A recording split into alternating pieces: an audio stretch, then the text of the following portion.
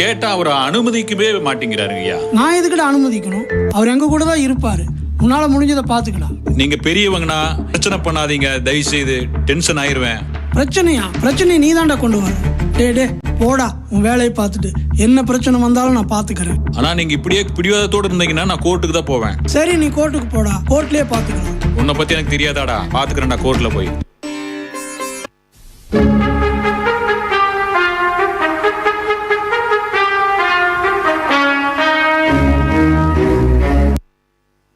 Petition number 2100, Ruben versus Franklin, in the matter of யார் தகப்பனை கவனிப்பது.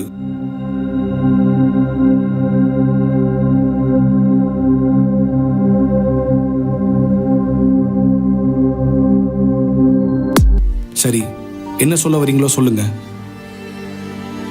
யுவர் ஆனர், பிரதிவாதி நம்பர் 1 தன்னுடைய தகப்பனாரை 40 வருடமாக கவனித்து வருகிறார் என்பது உண்மை.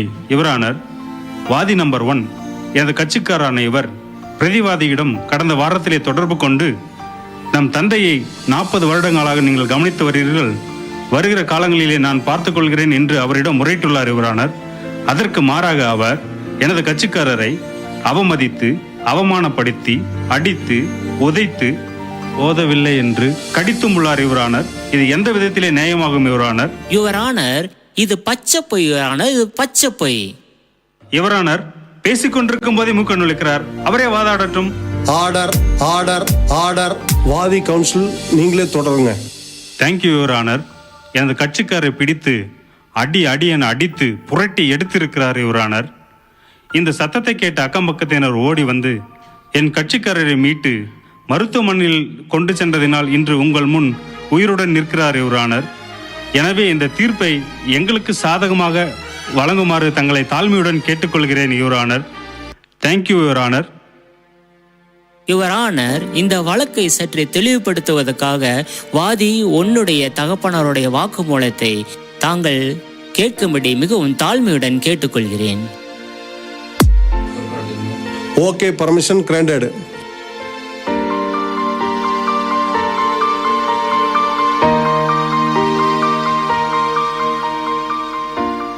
ஐயா, எனக்கு என்ன சொல்றதுன்னு தெரியலைங்க ஐயா.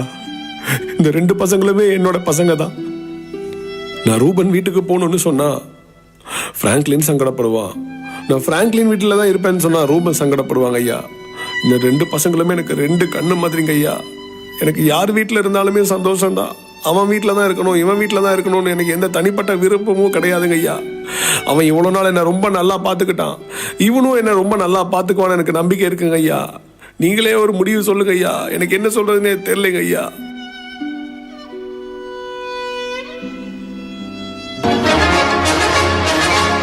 என்னையா கேஸ்? இதெல்லாம் ஒரு கேஸா? மிஸ்டர் கவுன்சில், இந்த மாதிரி கேஸ் எல்லாம் கொண்டு வரதான்னு சொல்லி நான் ஏற்கனவே வார்ன் பண்ணியிருக்கிறேன். மீண்டும் நீங்கள் கொண்டு வந்திருக்கிறீங்க. இதுக்கு அபராதம் தான் உங்களுக்கு விதிக்கப்படும். நீங்கள் 2 பேருமே போய் பேசி ஒரு தீர்மானத்துக்கு வந்து இந்த கேஸை வாபஸ் வாங்க. இந்த கேஸை ஜூன் 21ஆம் தேதிக்கு ஒத்தி வைக்கிறேன்.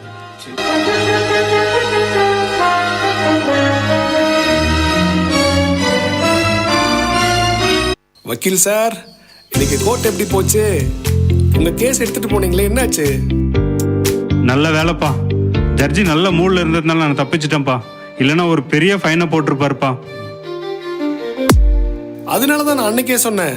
சார் வக்கீல் சார் வாங்க, வணக்கம், நல்லா இருக்கிறீங்களா? வாங்க வாங்க வாங்க. வணக்கம் சார், வணக்கம் சார். ஏப்பா, உனக்கு பணம் கிடைக்கணுங்கிறதுக்காக நீ என்ன வேணா செய்வியாப்பா?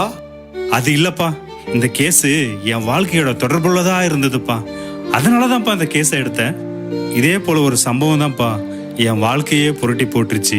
எனக்கு திருமணம் முடிஞ்ச சில நாட்களிலே என் தகப்பனாருக்கும் என் மனைவிக்கும் கருத்து வேறுபாடு அதிகமா இருந்ததுப்பா. அதனால எனக்கும் என் மனைவிக்கும் மன உளைச்சலும் அதிகமாச்சுப்பா. அதை நான் சொல்றேன் கேள. என்னங்க, எங்க இருக்கீங்க? என்னம்மா, சொல்லுமா. இன்னைக்கு எனக்கு 2ல 1 தெரிஞ்சாகணும். ஒண்ணு நான் இந்த வீட்டுல இருக்கணும், இல்லைன்னா உங்க அப்பா இருக்கணும். முடிவு பண்ணுங்க. நான் என்னம்மா பண்ண முடியும்? அவரை தூக்கி நான் வெளியே வீச முடியும்? அவங்கள வெளியே தூக்கி வீசுங்கன்னு நான் சொல்லல, ஏதாவது ஒண்ணு பண்ணுங்கன்னு நான் சொல்றேன். உங்களுக்கு புரியும் நான் நம்புறேன். உங்க ஃப்ரெண்ட் ஒருத்தர் இருக்காரே, பரிசுத்தவான், அவர் அவங்க அப்பாவை முதியோர் இல்லத்துல சேர்த்திருக்காராமே, அவர்கிட்ட கேட்டு ஏதாவது ஒரு முடிவு பண்ணுங்க. ஓ ஓகே, ஓல்டேஜ் ஹோம்ல நல்ல ஐடியா. நான் இன்னைக்கே பேசி எல்லாம் முடிவு பண்றேன். நாளைக்கு கொண்டு போய் நம்ம அப்பாவை விட்டுட்டு வந்துடலாம். ச்சே, எவ்வளவு அன்பான ஹஸ்பண்டு, சொல்றதெல்லாம் கேக்குறாரு. எனக்கு கிடைச்ச ஹஸ்பண்ட் மாதிரி யாருக்கும் கிடைச்சிருக்க மாட்டாங்க. பிள்ளைங்களா, ஏதோ சீரியஸா நீங்க டிஸ்கஸ் பண்ணிட்டு இருக்கீங்க. என்னன்னு தெரிஞ்சுக்கலாமா? எல்லாம் உங்களை பத்தி தான்ப்பா. நாளைக்கு உங்களை கொண்டு போய் ஓல்டேஜ் ஹோம்ல விடலான் இருக்கோம். என்னப்பா சொல்ற? நான் ஏதாவது தொந்தரவு பண்றேனாப்பா? நீங்க கொடுக்கறத நான் சாப்பிட்டுக்கிறேன். நான் எனக்கு தேவையான எதையுமே உங்கள்கிட்ட கேட்கறது இல்லையாப்பா. எல்லா சூழ்நிலையும் நான் அட்ஜஸ்ட் பண்ணி தானப்பா நான் இருக்கேன். ஏன்ப்பா என்ன கொண்டு போய் அங்க தள்ளுறீங்க? அப்பா, உனக்கு கஷ்டமா இருந்தா நான் வெளியே வெராண்டால வேணா படுத்துக்கிறேன்ப்பா. ஒரே ஒரு பாயும் பெட்ஷீட் மட்டும் கொடுப்பா. வேற எதுவுமே நான் கேட்கலப்பா. தயவு செய்து அந்த முதியோர் இல்லத்துல கொண்டு போய் என்ன தள்ளிடாதப்பா. கெஞ்சி கேட்கிறேன்ப்பா. அது மட்டும் இல்லப்பா, உங்களெல்லாம் பார்க்காம என்னால இருக்க முடியாதுப்பா. தயவு செய்து புரிஞ்சுக்கப்பா. தாத்தா, என்னை விட்டு போகாதீங்க தாத்தா. தாத்தா, என்னை விட்டு போகாதீங்க தாத்தா. நான் போக மாட்டேன்ப்பா. அப்பா ஒரு நல்ல முடிவு எடுப்பாருப்பா. இல்லப்பா, கண்டிப்பா நீங்க போய் தான் ஆகணும். நாங்க முடிவு பண்ணிட்டோம்ப்பா. இல்லப்பா, நான் வராண்டால படுத்துக்கிறேன்ப்பா. எந்த தொந்தரவுமே நான் செய்ய மாட்டேன்ப்பா. தயவு செய்து நான் லவ் பண்ணுப்பா, ப்ளீஸ்ப்பா. இல்லப்பா, நாங்க ரொம்ப பொறுமையா எல்லா விஷயத்தையும் நாங்க ரொம்ப நாள் நாங்க பொறுமையா சகிச்சிட்டோம். இனி எல்லாம் ஒரு நிமிஷம் கூட எங்களால் அது பண்ண முடியாதுப்பா. நீங்க நாளைக்கு காலையில ரெடியா இருங்க. நான் உங்களை கொண்டு போய் விட தான் போறேன். இங்க பாருங்க, இது எங்க வீடு. இனி உங்களுக்கு இங்க இடம் இல்ல. சும்மா கெஞ்சிட்டு இருக்காதீங்க. போய் படுத்து தூங்குங்க. காலையில சீக்கிரம் கிளம்ப ரெடி ஆகுங்க.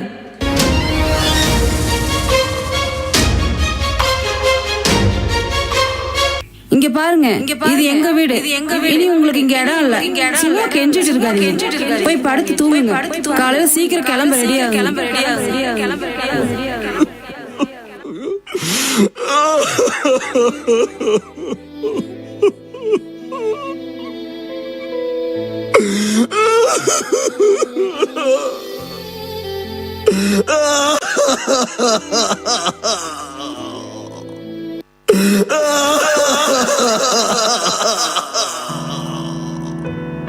இந்த காயங்கள் வலிக்கின்றதே, உள்ளுக்குள்ளே தினம் தினம் சாவாமல் சாகின்றே. ஓ, இந்த வலிகள் எனக்கு வேண்டாம் ஐயா.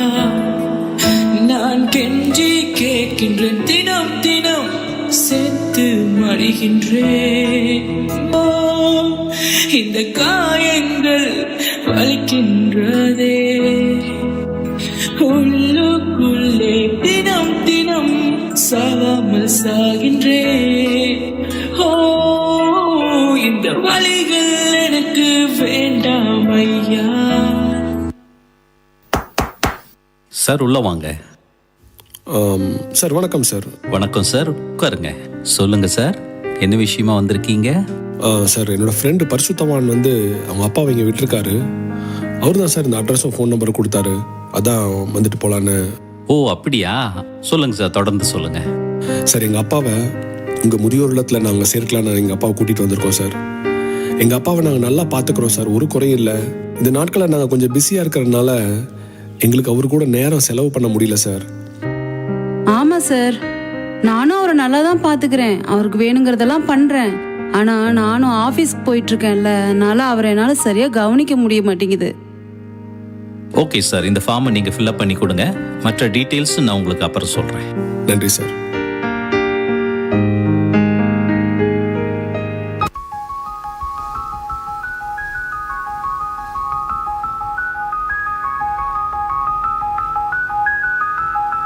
ஓ ராபர்ட் சாரா, அவர் பையனா நீங்க?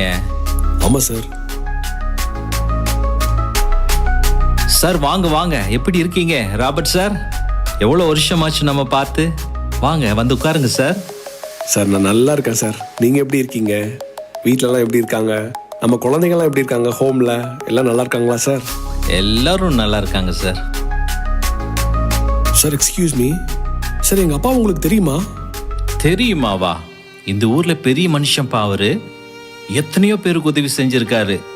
ஊர்ல உங்க அப்பாவுக்கு நல்ல பேர் இருக்குப்பா. சார் என்ன சார் சும்மா மதிப்புமிக்க மனிதர், அது செஞ்சாரு இது செஞ்சாரு, என்ன சார் செஞ்சாரு? எனக்கு ஒண்ணுமே செய்யல சார். சும்மா அது செஞ்சாரு இது செஞ்சாருன்னு அடிக்கிட்டே போறீங்க. தம்பி கோவப்படாம நான் சொல்றத கொஞ்சம் கேளுப்பா. பல வருஷத்துக்கு முன்னால ஒரு கொடிய வைரஸ் இந்த ஊர்ல பரவுச்சு. இந்த வைரஸுடைய பாதிப்பினால பலர் இறந்து போனதால பல குழந்தைகள் அனாதைகள் ஆனாங்க. அந்த குழந்தைகளே இந்த அனாதை இல்லத்துக்கு சமூக ஆர்வலர்கள் வந்து சேர்த்து விட்டாங்க. குறிப்பிட்ட பிள்ளைக்கு மேல இங்க வைக்க அனுமதி இல்லாததால மீதமுள்ள குழந்தைகளை யாராவது பொறுப்பெடுத்தா நல்லா இருக்குமேன்னு நாங்கள் கவலையோடு யோசித்த போது, திருமணமாய் சில மாதங்களே ஆன தம்பதிகள் குறிப்பிட்ட இந்த குழந்தைய தத்தெடுத்துட்டாங்க. இந்த குழந்தை பிறந்து 3 நாட்கள் ஆகியிருந்தது. குழந்தையுடைய அப்பா அம்மாவும் வைரஸ்னால் இறந்துட்டாங்கப்பா. இந்த குழந்தைய வாங்கிட்டு அவங்க என் கையை பிடிச்சு, இந்த குழந்தைய நாங்கள் தத்தெடுத்துட்டோன்னு யாருக்கிட்டையும் சொல்லிடாதீங்க, நாங்களும் என் பிள்ளையாவே இவனை வளர்த்துக்கிறோம் அப்படின்னு சொல்லி என்னிடத்துல ப்ராமிஸ் வாங்கிட்டாங்கப்பா. கொண்டு போன அவங்க தான் சொந்த மகனாகவே அவனை செல்லம் கொடுத்து, அன்பை கொடுத்து, பாசத்தை கொடுத்து வளர்த்து பெரிய ஆளாக்கினாங்க. அந்த குழந்தையை தத்தெடுத்து பெரிய ஆளாக்கிய அந்த பெரிய மனுஷன் யார் தெரியுமா? இந்த ராபர்ட் சார் தான். அவர் தத்தெடுத்து 3 நாட்களான குழந்தை யார் தெரியுமா? அது நீதான்ப்பா. அந்த குழந்தை நீயே தான்.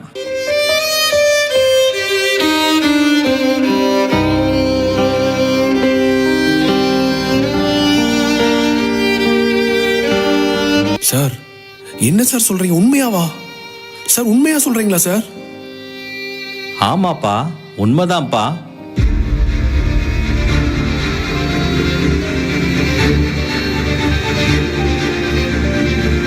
சார் ஏன் சார் இதை போய் இந்த நேரத்தில் என் பையன்கிட்ட சொல்லி அவனை வருத்தப்படுத்துறீங்க?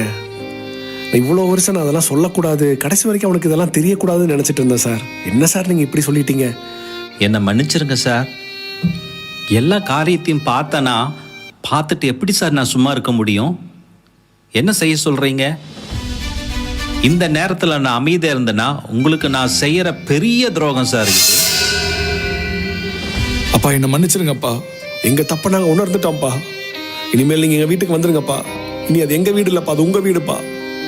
கடைசி வரைக்கும் நாங்கள் உங்களை வச்சு சந்தோஷமாக பார்த்துக்குவோம்ப்பா. எனக்காக நீங்கள் உங்கள் வாழ்க்கையவே தியாகம் பண்ணியிருக்கீங்கப்பா. அதை நான் கொஞ்சம் கூட தெரியாமல் அறியாமல் உணராமல் நான் உங்கள்கிட்ட ஒரு மிருக குணம் உள்ள ஒரு மனுஷனாக நான் நடந்திருக்கேன்ப்பா. எனக்கு நீங்கள் பல காரியங்களை செஞ்சுருக்கிறீங்க. மற்ற பிள்ளைகளுக்கு அவங்களுடைய பெற்றோர்கள் செய்வதை காட்டிலும் அதிகமான தியாகத்தை ஒரு தகப்பனா நீங்கள் எனக்கு செஞ்சுருக்கீங்கன்னு இன்னைக்கு நான் உணர்ந்துட்டேன்ப்பா. என்னை தயவு செய்து மன்னிச்சிருங்கப்பா. அப்பா என்னை மன்னிச்சிடுங்கப்பா. வெரி சாரிப்பா. பரவாயில்லப்பா, மன்னிச்சிருங்கன்னு பெரிய வார்த்தையெல்லாம் பேசாதப்பா. வாப்பா நம்ம வீட்டுக்கு போகலாம்.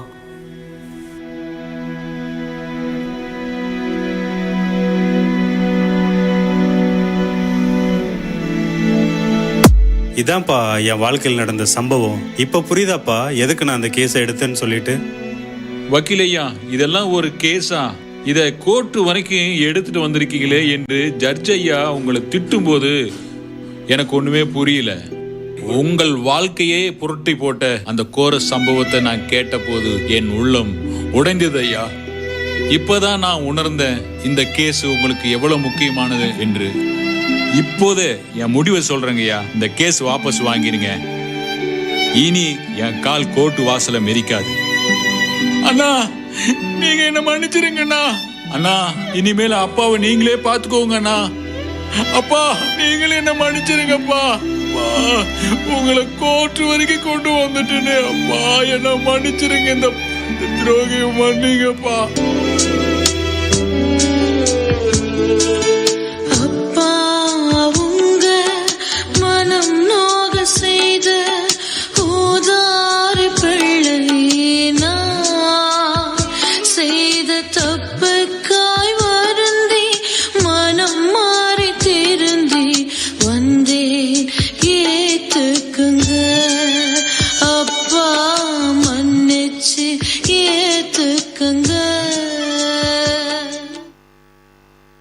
எனக்கு என்ன சொல்றதுன்னே தெரியல. என்னுடைய வாழ்க்கையில் நடந்த இந்த ஒரு சம்பவம் உங்கள் மனசில் இவ்வளோ பெரிய மாற்றத்தை உருவாக்குன்னு நினச்சி கூட பார்க்கல. இன்னைக்கு நான் ரொம்ப சந்தோஷமாக இருக்கேன். இந்த ஸ்கிட்டை பார்த்த உங்கள் ஒவ்வொருடைய வாழ்க்கையிலும் ஒரு தாக்கத்தை உருவாக்கியிருக்குன்னு நான் நம்புகிறேன். கர்த்தர் நம் அனைவரையும் ஆசீர்வதிப்பாராக. ஹாப்பி ஃபாதர்ஸ் டே.